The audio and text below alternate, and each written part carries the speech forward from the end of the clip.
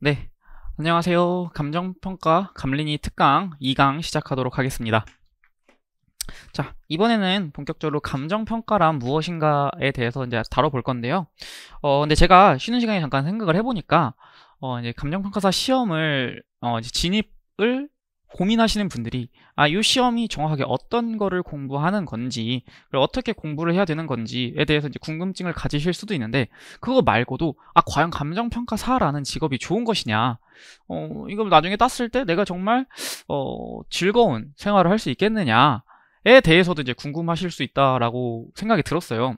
그래서 이제 내용을 조금 다루다가, 계속 공부 내용만 다루면 또 재미없으니까, 한 10분 정도 공부 얘기하고, 그 이후에 이제 감정평가사의 현실 혹은 이제 감정평가사의 소득은 과연 괜찮으냐, 그리고 내가 얼핏 듣기로는 워라밸이 되게 좋다라고 하는데 정말 워라밸이 좋냐, 이런 거에 대해서 살짝만 조금 맛보기로 조금 말씀을 드리도록 할게요. 이게 또 너무 잡담 같은 걸 또 오래 하면 안 되니까. 그리고 이게 또 제가 아는 감정평가사 현실과 다른 분들이 느끼는 현실이 또 다를 수 있기 때문에 제가 일률적으로 어떻다라고 답변을 드리기가 조금 애매하긴 해요. 수험 전략이 사람마다 다 다른 것처럼요.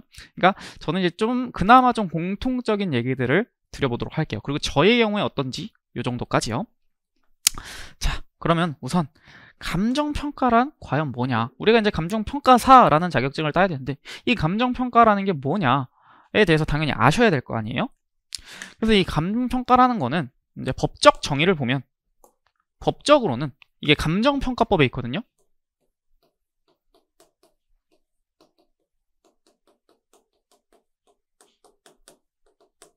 감정평가법에 있습니다. 이게 토지 등의 경제적 가치를 판정하여 그 결과를 가액으로 표시하는 겁니다. 이게 사실 저희 업무에 다예요. 그냥 이게 답니다. 그래서 지금 오늘 이 감린이 특강에서는 이 문장의 의미를 한번 알아보도록 할 거예요. 토지 등의 경제적 가치라는데 이 토지 등, 그러니까 토지는 알겠는데 등이 뭔지 궁금하잖아요. 그럼 이 등이 뭐냐? 그리고 경제적 가치를 판정한다는데 이 경제적 가치라는 게 우리가 흔히 하는 그 가격, 과자 1,000원 이런 그 가격인지, 아니 근데 또 경제적 가치라고 하니까 뭔가 있어 보이는 단어면서 뭔가 다른 의미가 있을 것 같잖아요. 그럼 이제 경제적 가치가 뭘 의미하는 건지, 그리고 판정이 뭐지? 그냥 내가 그 판사가 탕탕탕 두드리는 것처럼 그냥 감정평가사가 얼마 이러는 건지, 그리고 이제 그 가액으로 표시한다고 하는 건데 이 가액이 그냥 진짜 그 말 그대로 500원 요걸 말하는 건지 뭔지에 대해서 한번 알아보도록 할 건데, 오늘은 다 얘기하면 재미없잖아요. 다 얘기하면 재미없으니까 요 정도까지 토지 등이 뭔지, 경제적 가치가 뭔지, 판정이 뭔지 정도까지만 살짝 알아보고 넘어가 보도록 하겠습니다. 자, 일단 토지 등 경제적 가치를 판정하는 이 토지 등이 뭐냐, 이것도 이제 마찬가지로 감정평가법에 있습니다. 토지 등이란 토지 및 그 정착물, 이건 건물 같은 걸 얘기하는 거예요. 근데 토지 위에 있는 거, 그러니까 이게 물론 건물도 있지만 나무도 그렇고 이런 거 다 정착물이거든요. 그 다음에 동산, 토지랑 정착물은 부동산이고, 동산은 이런 거 움직일 수 있는 동산, 이것도 동산이에요. 보이시는지 모르겠는데 여기 칠판도 있는데 이 칠판도 동산의 일종이고요. 그리고 그 밖에 대통령령으로 정하는 재산과 이들에 관한 소유권 외의 권리, 요거와 대통령령으로 정하는 재산과 소유권 외의 권리. 자, 여기부터 가면 소유권 오케이, 소유권 두는데 소유권 말고 권리가 뭐 있을까요? 가장 쉬운 거 전세권. 여러분들 이제 집 자가 소유인 경우도 있지만 세입자로 들어가는 경우도 있잖아요. 전세권. 그리고 여러분들이 이제 집을 사셨으면, 혹은 전세로 사시던 집을 담보로 혹은 본인을 담보로 대출을 받으셨을 수 있잖아요. 근데 집을 담보로 했으면 이제 근저당권, 요런 것들이 되게 많습니다. 요거는 이제 아마 민법 시간에 어떤 소유권 외의 권리가 뭐가 있는지 다 배우실 거예요. 그거는 이제 저보다는 민법 교수님이 더 잘 설명을 해주실 거니까 그 수업을 들으시면 될 것 같고요. 그럼 이제 그 다음에 요거 외에 다른 재산도 있는데 이건 대통령령으로 정했대. 이제 대통령령을 시행령이라고 하거든요. 둘이 같은 말입니다. 대통령령 이퀄 시행령이에요. 이거는 이제 또 법규 시간에 배우실 건데 이것도 법규 강사님이 말씀을 해주실 겁니다. 어쨌든 감정평가법 시행령에 있는데 그게 뭘 말하느냐, 이렇게 크게 5가지 분류로 있는데 저작권, 산업재산권, 어업권, 양식어권, 광어권 그 등등등등. 물권이 뭔지는 뭐 나중에 배우시고, 어쨌든 이런 권리들, 무형자산, 그리고 공장재단과 광업재단, 그러니까 공장 일체의 그런 무형적 권리와 유형적 재산에 대한 그런 걸 이제 재단이라고 하는 거거든요. 유무형의 그런 재산들. 그리고 이제 나무, 임목, 수목, 임목이라고 하거든요. 그러니까 나무도 등록을 할 수 있어요. 아니, 등기를 할 수 있어요. 그러니까 그걸 등기된 걸 임목이라고 하고요. 그리고 이제 뭐 그 외에 뭐 자동차도 다 재산이니까, 우리 자동차 나중에 뭐 일단 우리도 자동차 평가도 할 수 있거든요. 그래서 경매에 이제 보통 자동차도 나오는 거를 아시려나? 뭐 나오거든요. 하여튼 경매 사이트 들어가 보시면, 혹은 이제 법원 사이트 들어가면 경매 물건 보시면 부동산도 있는데 막 되게 별거 많아요. 막 기계도 있고, 막 크레인 같은 거, 포터, 뭐 그러니까 뭐 자동차, 뭐 별게, 선박도 있고 별게 다 있거든요. 요트 막 이런 거. 그거 다 저희가 평가하는 겁니다. 그 법원에서 의뢰를 받아서 저희가 뭐 예를 들면 이 아우디는 1000만 원이야 하면 이제 그 1000만 원으로 이제 입찰을 시작하는 거예요. 뭐 그래서 이제 여러분들이 흔히 아시는 것처럼 이제 그걸 이제 받고 싶은 사람들이 뭐 1000만 원, 뭐 900만 원 이렇게 딱 써서 내면 이제 최고 금액이 낙찰을 받는 거죠. 그런 것처럼 뭐 항공기까지 다 할 수 있고, 등기 등록하거나 이제 유가증권, 주식, 채권, 법적으로는 이런 거 저희가 다 평가할 수 있습니다. 저희가 가격을 매기면 그 가격을 토대로 뭐 거래를 할 수도 있고, 경매 물건을 낙찰 받을 수 있고, 뭐 그런 겁니다. 근데 뭐 이렇게 많지만 뭐 결국 다 배우고, 실무 시간에도 배우고 저 이론 시간에도 배울 건데, 어쨌든 가장 메인은 요 토지 및 그 정착물, 요 2개입니다. 그러니까 토지랑 건물이 가장 중요하다 이거죠. 결국 토지와 건물의 경제적 가치를 판정하는 거예요. 뭐 이게 좀 더 중요한 건 이건데, 뭐 러프하게 분류하면 유형재산과, 모든 유형자산과 무형자산, 유무형자산, 결국 사람 빼고 다 평가할 수 있다는 거죠. 그냥 뭐 다 등이잖아요. 그 밖에 뭐 등, 뭐 이런 게 다 등이 있잖아요. 그래서 모든 거 거의 경제 가치라는 게 있겠다, 저거 살 수 있겠다, 팔 수 있겠다라고 생각하는 건 저희가 다 매길 수 있다라고 생각을 하시면 돼요. 이거 굉장히 좋은 거예요. 이게 법으로 이게 보호되고 있는 건데, 어쨌든 이게 우리가 모든 가치를 매길 수 있다는 게 굉장히 큰 장점입니다. 이게 업무 영역이 진짜 한도 끝도 없이 늘어날 수도 있고, 물론 이제 이 토지 건물에 집중을 하실 수도 있는데, 여러분들이 많이 공부를 하셔서 무형자산도 평가를 해보시고, 토지 건물은 당연히 하실 거고, 뭐 그래 주시면 좋을 것 같아요. 그래서 그냥 이건 조금 딴 얘기인데, 제가 있던 전 회사에서 어업권, 그러니까 어업 손실 보상을 전문으로 하시는 분이 있었어요. 그분도 이제 그냥 우리나라에 이제 많은 이제 어업 보상을 거의 대부분 그분이 하신다고 보면 되는데, 그분도 벌어들이는 수입이 굉장히 어마어마한 것으로 알고 있습니다. 이렇게 어떤 한 분야의 대가가 되는 것도 굉장히 좋은 방법이라고 생각을 해요. 그래서 여러분들이 나중에 뭐 공부를 하실 때는 당연히 모든 걸 다 공부하셔야겠지만, 합격하고 나서는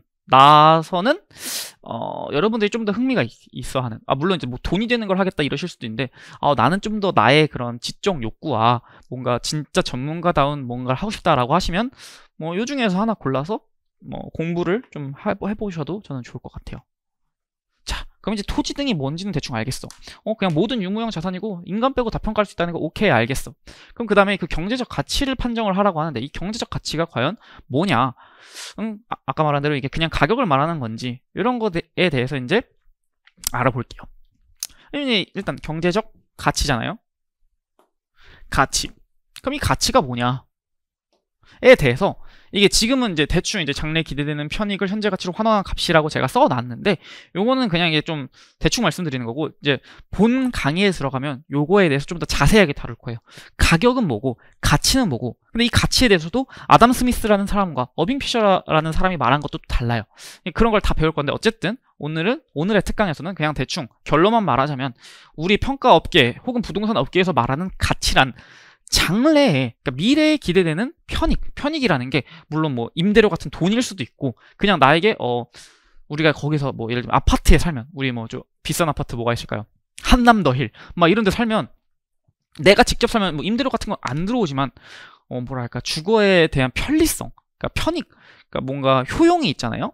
그런 걸 다 합친 그걸 다 현재 우리가 뭐 예를 들면 한남더위를 10년 정도 살 거라고 생각을 해요. 그럼 그 10년치를 다 현재 가치로 환원했을 때, 그러니까 현재 가치로 치환했을 때 나타나는 거를 가치라고 하기로 한 거예요. 뭐 예를 들면 그 가격은 이거보다 훨씬 단순한 개념이죠. 가격은 뭐 예를 들면 과자 만들 때 원가가 1,000원이야. 그리고 그 제조업자의 이윤을 뭐 한 물론 뭐 더 있겠죠. 뭐 유통 과정에 대한 뭐 그런 거 뭐 다 있을 텐데 어쨌든 대충 이윤 한 300원 남겨야겠어. 그러면은 1,300원에 팔자. 그러니까 사실 들어가는 원가 플러스 알파라는 게 가격이잖아요. 보통 그런 일반 재화 이거에 대한 이제 가격을 매길 때 그냥 물론 이제 뭐 희소한 재화면 이거 외에 다른 고려 사항이 있겠지만 보통의 일반 재화들은 뭐 커피 같은 거 뭐 커피 원두값 얼마 저기 뭐 봉투값 얼마 뭐 빨대값 얼마 해서 그리고 나 얼마 남겨 먹어야 되니까 뭐 최저가 1,500원 막 이렇게 나오잖아요. 이렇게 좀 가격은 단순하게 매겨지는데 가치는 내가 결국 얻는 금전적 편익과 혹은 이제 그런 효용, 내가 사용함으로써 얻는 사용이익 이런 거를 다 합쳤을 때 나오는 거를 가치라고 하는 거예요. 그러면 오케이. 그러면 장래 뭐 임대료 같은 거는 뭐 계약서에 써 있으니까 오케이 알겠는데 뭐 김원규라는 사람이 그 한남더위를 살면서 어느 정도의 효익을 가질 건지 어떻게 알아? 라고 질문하실 수 있잖아요. 그거를 이제 여러분들이 배우는 거예요. 그런 것들을 우리가 다 고려를 해서 부동산의 가치를 매기는 겁니다. 그래서 어쨌든 여기서 말하는 가치란 요런 개념인데, 그래서 이게 그 가치를 이제 경제적으로 말해서 경제적 가치라고 하는 건데, 요거에 대해서 이제 좀 관련해서 이제 이론이 나왔어. 가치 다원론이라고 하는.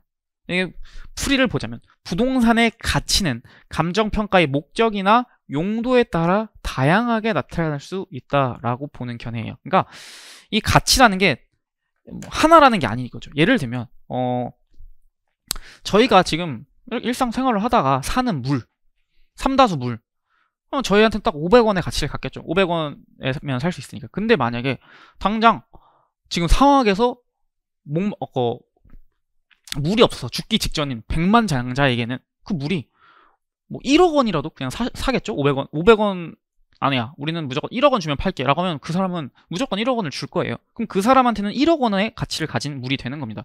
이런 것처럼 이 감정평가에서의 가치도 보는 시각에 따라 달라질 수 있어요. 이거 방금 말한 건 좀 예시고 실제 업무로 들어가다 보면 우리가 이제 아까 말했잖아요. 담보를 잡고 자금 대출을 받잖아요. 그렇죠? 그래서 우리가 이 규모 있게 빌딩으로 갑시다. 집으로 하니까 조금 너무 소소해 보이네. 우리 이제 건물주예요. 우리 건물주입니다. 건물을 담보로 대출을 받았어. 근데 이제 건물주인 여러분들이 평가사한테 와서 야 평가사야 요거 내 건물이 있는데 요거 얼마 정도 할 것 같냐? 라고 하면 저희는 이제 대략적으로 말씀드리면 요 정도 규모 한 5층 정도라고 합시다. 5층 정도는 한 뭐 시장에서도 100억 정도에 팔리고 뭐 원가 짓는데 한 80억 정도 들고 뭐 이윤해서 20억에서 한 100억 정도 될 것 같아요. 라고 한단 말이에요. 그래서 건물주 시각에서는 그러니까 이거를 시가를 참고하기 위해 우리한테 물어보는 거잖아요. 이 시장 가격이 얼마인지 참고하기 위해서. 그래서 시가 참고의 시각으로 봤을 때는 얘는 100억이란 말이에요. 근데 이제 요 건물을 담보로 대출을 해주는 은행 입장으로 가보자고요. 은행으로 가면 담보잖아. 그러니까 우리가 예를 들면 뭐 100억이 아니라 한 한 80억을 빌려준다고 칩시다. 은행에서 80억을 빌려줄 거야. 근데 이게 말 그대로 똑같이 100억이면 당연히 뭐 빌려주고 얘가 안 갚으면 이 건물 갖다 팔아버리면 오케이 100억 하니까 80억 우리 갖고 20억 주면 되겠다라고 생각을 할 수 있는데 이제 여러분들이 진짜 빌려주는 사람 입장이라고 생각을 해봐요. 이게 여러분들이 빌려주는 거 봐 1,000원, 2,000원 빌려주니까 별 생각이 없는데 여러분들이 진짜 여러분들의 돈 1억을 빌려준다라고 생각을 해봐요. 뭔가 물건을 담보로. 그랬더니 건물을 담보로 하면 이제 빌려주는 사람 입장에서는 무섭잖아. 이게 진짜 평가사가 100억이라고 하는데 물론 지금 시장에서는 100억에 팔리는데 내가 이제 돈을 받는 게 당장 지금이 아니라 내년 혹은 10년 뒤일 수 있는데 그때는 어쩔 건데 그때 만약에 시장에서 안 팔리면 어떡해? 혹은 협상 과정에 실패해서 100억짜리를 매수자가 막 후려쳐가지고 막 70억에 사면 어떡해. 이렇게 할 수 있단 말이에요. 그래서 빌려주는 대출자, 은행의 입장에서는 이제 담보 목적의 평가, 그러니까 평가 목적이잖아요. 그러니까 여기는 시가참고고 여기는 담보 평가란 말이에요. 담보. 여기서는 오케이. 그런 위험성들을 다 고려해서 90억으로 보자. 혹은 70억으로 보자. 이럴 수 있어요. 이렇게 보는 거야. 90억. 그래서 오케이. 보수적으로도 봐도 90억이야. 그럼 80억 빌려줘도 돼요. 아이씨. 잠시만요. 그냥 그러니까 시가로 보면 100억인데, 그러니까 좀 더 뭐 위험, 뭐 안 팔릴 수도 있고, 시장 상황이 안 좋아지고, 막 금리가 높아지고 이래서 안 팔릴 위험을 고려해도 90억이야. 그러면 80억 빌려줘도 됩니다. 왜냐면, 빌려줬더니 건물주가, 나 몰라, 나 파산. 이래도 이 건물 갖다 팔아버려가지고 90억 받으면 되니까요. 그쵸? 80억 받으면 되니까. 어차피 90억에 팔릴 거니까. 근데, 만약에 보수적으로 봤더니 70억이야. 그럼 이제 80억 빌려주면 안 되지. 내가 이제 지금은 시가는 100억이라고 해서 80억 빌려줄까 한번 고민을 해봤는데 평가사가 이게 뭐 이런저런 위험이 있어서 보수적으로 봤을 때 진짜 상황이 안 좋아지면 70억까지 내려갈 수도 있을 것 같아요. 그러면 이거 담보로 최대 70억만 빌려줘야겠네 라고 생각을 하는 거죠. 80억은 너무 과하다. 우리가 10억의 손실을 볼 수도 있겠다 라는 생각을 가지고 이제 대출을 실행을 하게 되는 거죠. 이런 것처럼 같은 물건이라도 건물주가 시가청구를 의뢰했을 때는 100억일 수 있고 은행에서 담보 목적으로 평가를 의뢰를 맡겼으면 90억 혹은 70억이 될 수도 있는 거. 이렇게 가치가 여러 개일 수 있다라는 거에 대한 이론이 가치다원론입니다. 이거 지금 제가 되게 간단히 말한 건데 뭐 세부적으로 들어가면 가치다원론이어서 시장 가치라는 게 있고 뭐 경매 가치라는 게 있고 보상 가치라는 게 있고 담보 가치라는 게 있다라는 것을 이제 배울 건데 요거는 지금 하기에는 너무 좀 딥한 내용이니까 그냥 이렇게 있구나. 토지 등의 경제적 가치를 판정하여 그 결과를 가액으로 표시하는 건데 감정평가라는 게 여기서 말하는 가치라는 게 장래에 기대되는 편익을 현재 가치로 환원한 값인데 플러스 알파로 요 가치라는 게 보는 시각에 따라서 혹은 평가 목적에 따라서 달라질 수 있구나 정도만 알아두시면 될 것 같습니다.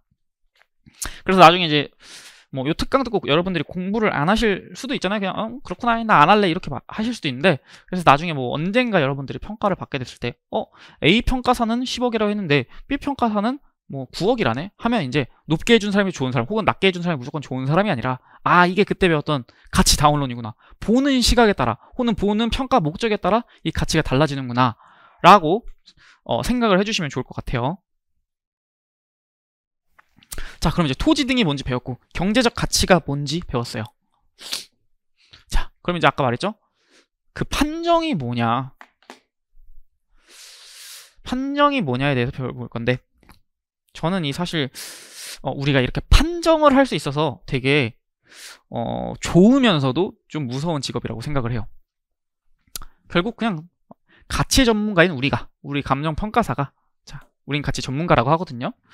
뭐 우리 스스로는 어떻게 생각하는지 모르겠지만 외부에서는 우리를 가치 전문가라고 불러줘요. 우리가 판단하는 거예요. 판정이라는 게 결국 뭐 은행 이렇게 이러이러한 저런 상황을 고려했을 때 오케이 100억 이렇게 해주는 게 판정이에요. 그래서 같은 물건이라도 이제 이론적으로는 같은 물건이라도 내가 봤을 때는 같은 평가 목적 같은 물건이라고 해도 제가 봤을 땐 100억 뭐 여러분들이 봤을 땐 10억일 수도 있는 거예요. 그게 이제 뭐 들어보면 되게 매력적이지 않나요? 내가 생각하는 게 가격이라니 내가 굳이 쟤와 똑같은 의견을 안 내도 된다니 너무 좋잖아요. 물론 내가 이제 충분히 공부가 된 상황이고 내가 그 분야의 전문가라고 하면 진짜 확신을 가지고 내렸고 저 사람은 저 사람과 난 다른 의견을 내겠다라고 할 수 있다라는 건데 저는 이게 되게 좋다라고 생각하거든요. 내 그런 결정에 뭐랄까 힘이 실릴 수 있는 법에서 힘을 실어주는 그런 느낌이라서 좋은데 근데 이게 또 어쨌든 모두가 감정평가사 자격을 취득한 모두가 이제 전문가이다 보니 그러니까 자격증자 뭐야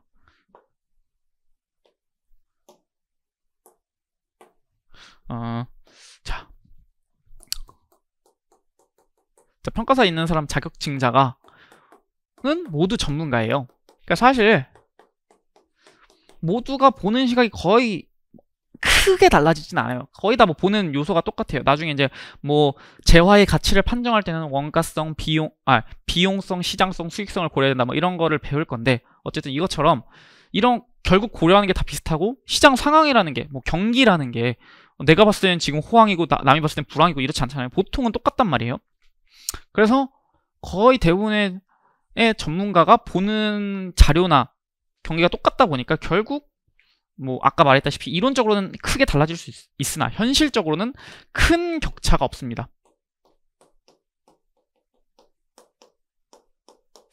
보통은 이제 뭐 물론 좀 어느 집단이나 똑같지만 전문가가 아닌 사람은 있을 수 있잖아요. 일을 대충 하시는 분들. 그런 특이한 경우를 제외하고는 보통 한 10% 내외의 차이만 있습니다. 보통 한 10% 정도 차이가 난다고 보면 돼요. 사실 뭐 이게 뭐 크다면 크고 적다면 적은 범위인데 어쨌든 보통은 10% 내외의 차이가 난다. 그래서 내 맘대로 판단한다고 하면 안 되겠죠. 어쨌든 전문가적인 소견에 따라 할 수 있는데 그 사람마다 차이는 한 10% 정도 내외다. 약간 의사분들도 똑같아요. 같은 증상을 가지고도 어떤 사람은 가벼운 감기입니다. 암입니다. 이럴 수도 있잖아요. 이런 것처럼 물론 암과 감기의 격차는 좀 크긴 한데 그게 이제 한 사람이 보통 이런 진짜 암이라면 감기라고 하신 분이 문제죠. 근데 보통 대부분의 의사분들은 다 똑같잖아요. A 병원을 가도 뭐 감기, B 병원을 가도 감기, C 병원을 가도 보통은 감기라고 해요. 우리도 똑같아요. 가격이 A 평가사한테 가도 10억, 쟤한테 가도 물론 이제 뭐 10% 차이 때니까 뭐 9억, 누구는 11억 뭐 이 정도 말할 수는 있는데 어쨌든 대동소이합니다. 그래서 판정이라는 건 가치의 전문가인 감정평가사의 판단을 말하는 건데 그 판단의 격차가 평가사마다 그렇게 크지는 않다라는 거예요. 자, 이렇게 해서 감정평가의 그 의미에 대해서 살짝 알아봤고요. 이 뒤에 가액이랑 표시는 좀 나중에 알아보도록 할게요. 기본 강의 때.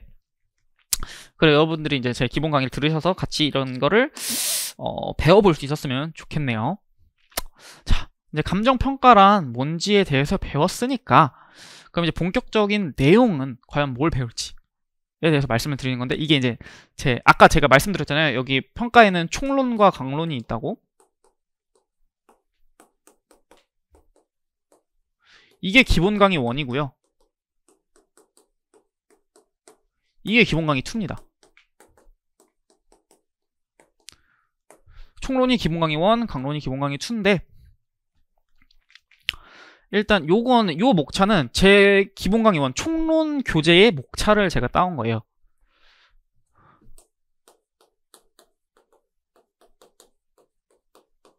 원 총론.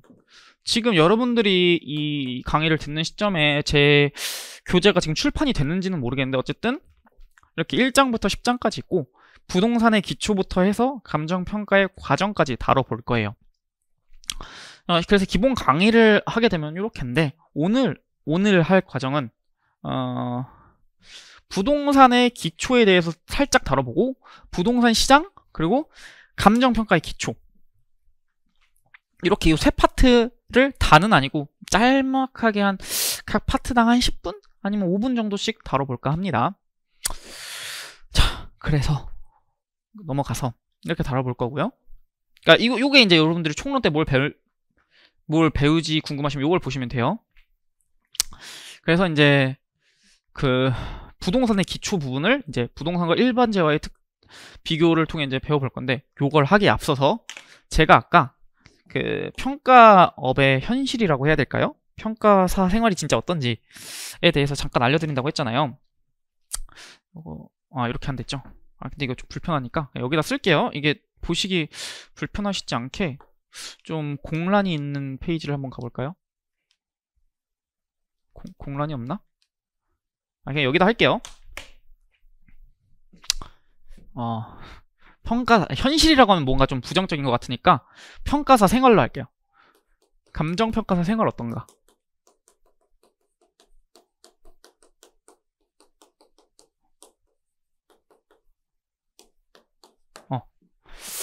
그럼 이제 생활 어떠냐라고 보통 물어보면 저는 일단 만족도를 말씀드려야 되잖아요. 직업 만족도.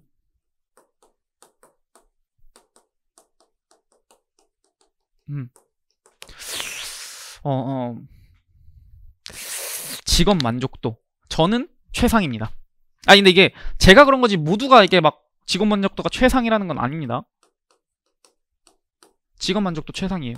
이 최상이라는 게 너무 막 사랑스러워 미쳐버릴 것 같아 이게 아니라 너 그럼 만약에 뭐 변호사 할래 평가사 할래 하면 저는 평가사를 할 거예요.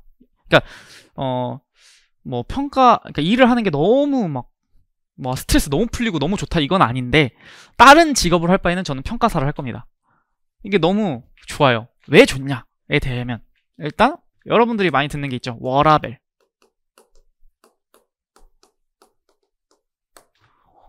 워크 앤 라이프 밸런스죠. 너무 좋습니다. 굿. 물론 이제 여러분 이게 어쨌든 결국 전문직들은 좀 개인 사업자의 느낌으로 가기 때문에 돈을 많이 벌고자 하면 워라밸이 없어요. 왜냐면 일을 많이 해야 돈이 들어오니까요. 진짜 막 자산가 막 1000억대 막 건물을 갖지 않은 이상 돈을 많이 벌려면 일을 많이 해야 돼요. 근데 이거 그럼에도 불구하고 워라밸이 좋다라고 하는 게 뭐냐면 그 조절을 제가 할 수 있고 제가 일한 만큼 다 제 소득으로 돌아오기 때문이에요.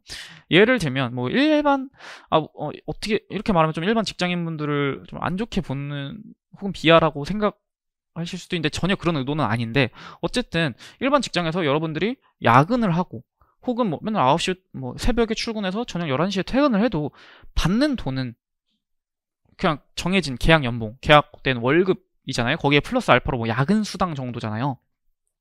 근데 저희는 만약에 진짜 막 새벽 5시부터 11시까지 일을 한다? 돈 확 올라갑니다. 일하는 만큼 이게 금전적인 부분 좀 예민하니까 좀 자세하게 말씀드리기는 어려운데 어쨌든 우리가 고생을 하면 저희는 그만큼 일반 직종에 비해서는 확 늘어나요.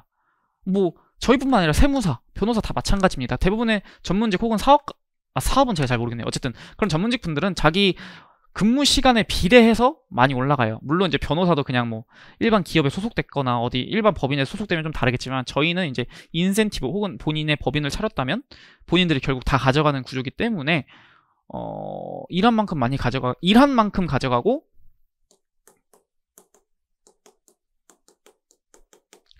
만큼 가져가게 되고 일 안 한 만큼 덜 가져가는 대신에 많이 놀 수 있어요. 그래서 여러분 이제 보통 워라밸을 추구하시는 분들이 그거잖아요. 적당히 벌고 잘 놀고 싶다잖아요. 무조건 가능합니다. 무조건. 물론 이 적당히 벌다의 기준이 되게 다르죠. 누구는 1000만 원만 벌어도 많이 벌었다 하고 누구는 1억을 벌어도 부족하다라고 하는 것처럼 그 기준은 다르지만 평균적인 일반 사회의 평균적인 소득을 기준으로 했을 때 평균 소득을 제가 이 평균 소득을 왜 얘기하면 얼마 전에 대한민국 20, 30대 평균 소득을 제가 봤거든요. 그 정도 이상 버시면서 그 정도 버시는 분들보다 많이 놀 수 있습니다. 평균 소득은 여러분들이 찾아보세요. 제가 뭐 여기서 말하기가 조금 애매해가지고 어쨌든 그렇게 할 수 있고요. 그 다음에 또 뭐가 있어요?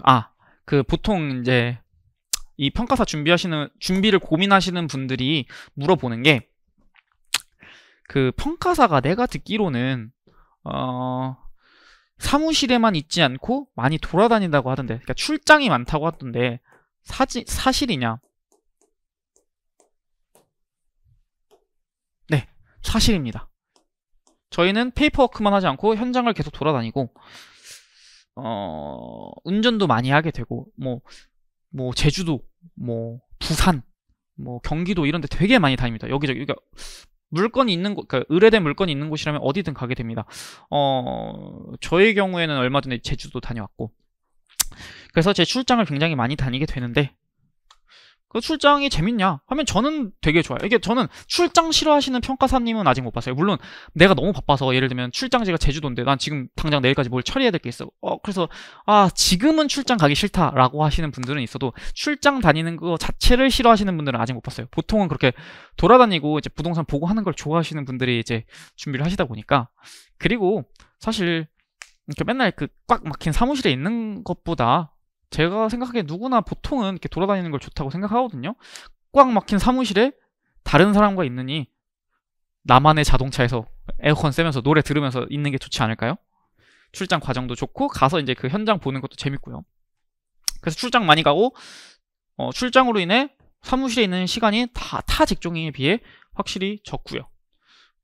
그쵸? 직업 만족도 얘기했고 워라밸 얘기했고 출장 여부 얘기했고 그 다음에 이제 또 진로도 물어보시는 분들이 있거든요.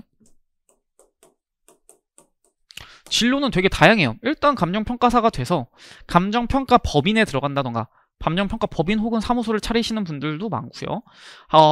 옛날에는 한국감정원이라고 불렸던 한국부동산원에 들어가서 일을 하시는 분들도 많고 일단 그냥 사기업 혹은 은행에 들어가시는 분들도 되게 많습니다. 그래서 일단 자격증을 따시면 진로는 되게 다양해진다고 보시면 돼요. 이게 이직을 하실 때도 감정평가사 자격증 하나가 딱 있으면 많은 분들이 되게 높게 쳐주십니다. 물론 이제 평가법인에서 평가법인으로 이동할 때는 누구나 다 평가사 자격증이 있으니까 뭐 그렇게 큰 메리트가 아니지만 뭐 그때는 이제 뭐 성격도 보고 영업력도 보는데 일단 다른 업계로 갈 때는 이 평가사 자격증을 되게 높게 쳐줘요. 그래서 이게 뭐 자랑은 아닌데 제가 한번 이직을 타 업계를 준비했던 적이 있어요. 근데 제가 자소서가 너무 쓰기 싫은 거예요. 자기소개서가. 그래서 그냥 자기소개서 안 썼습니다. 그냥 이력에 나 평가사 자격증 있고 어디에서 몇 년 이렇게 일했다. 그것만 해도 서류 합격했습니다. 그래서 면접까지 갔거든요.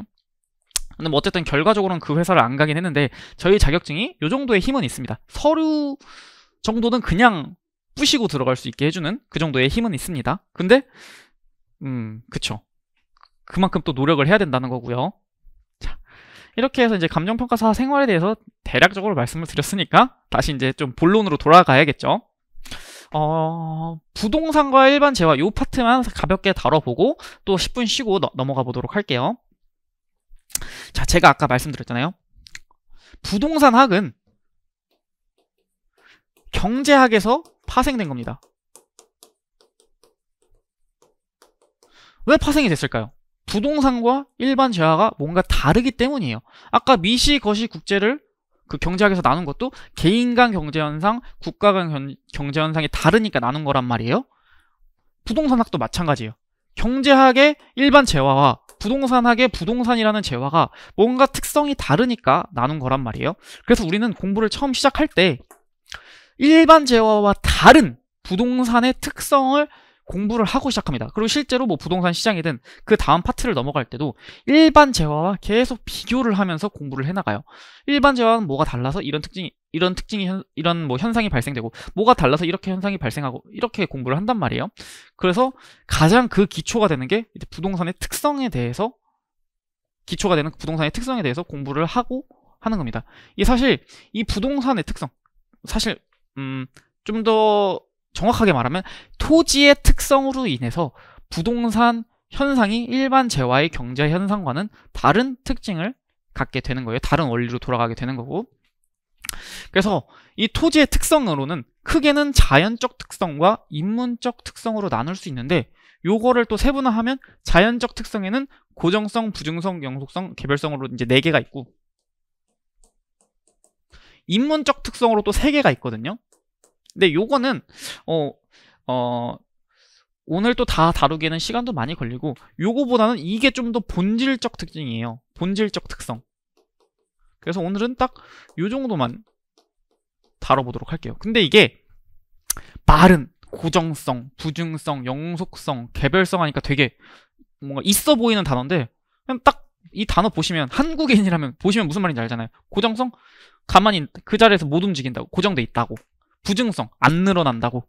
영속성, 영원히 존재한다. 개별성, 다 다르다. 아니, 너무 당연한 말이잖아요. 토지는 당연히, 토지가 어떻게 움직입니까? 토지 당연히 고정돼 있고, 토지, 여러분 어떻게 늘릴 건데, 막 지구 크게 넓힐 거예요? 아니잖아요. 요거에 대해서 물론, 그 수면 매립해가지고 해양, 뭐 인천 저쪽처럼 이렇게 다 매립하면 늘어나잖아요.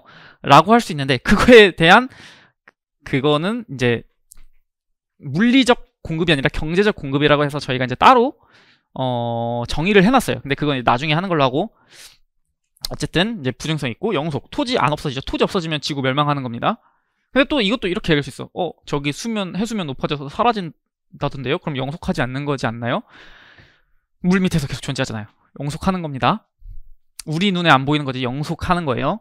그 다음에 개별성. 자, 움직이지 않는데 이 땅과 이 땅이 물론 가격은 똑같을 수 있는데 전혀 다른 땅이죠. 일단 뭐 법적으로 봤을 때 필지 지번도 다르고, 그쵸, 소유주도 다르고, 뭐 생긴 모양도 다 다를 거고 할 겁니다.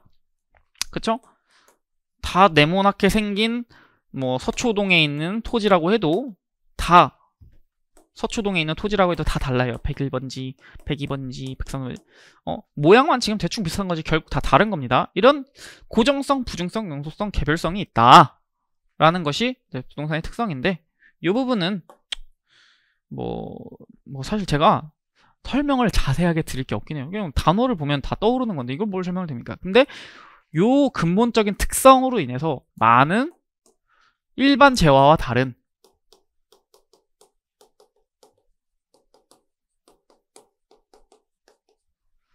부동산 현상이 발생한다. 요 정도만 알아두시면 될 것 같아요. 그러니까 요 고부영계로 인해 일반 재화와 다른 뭔가 현상이 발생한다 정도만 알아두시면 좋을 것 같습니다. 자, 요 다음은 이제 부동산 시장에 대해서 알아보고 감정평가 기초 이렇게 알아볼 건데, 일단 요 부분 좀 뭔가 많죠? 요 부분은 좀 어지러울 수 있으니까 10분 정도 쉬시고 다시 진도를 나가보도록 하겠습니다. 네, 그럼 10분 쉬시고 이따 뵙도록 하겠습니다.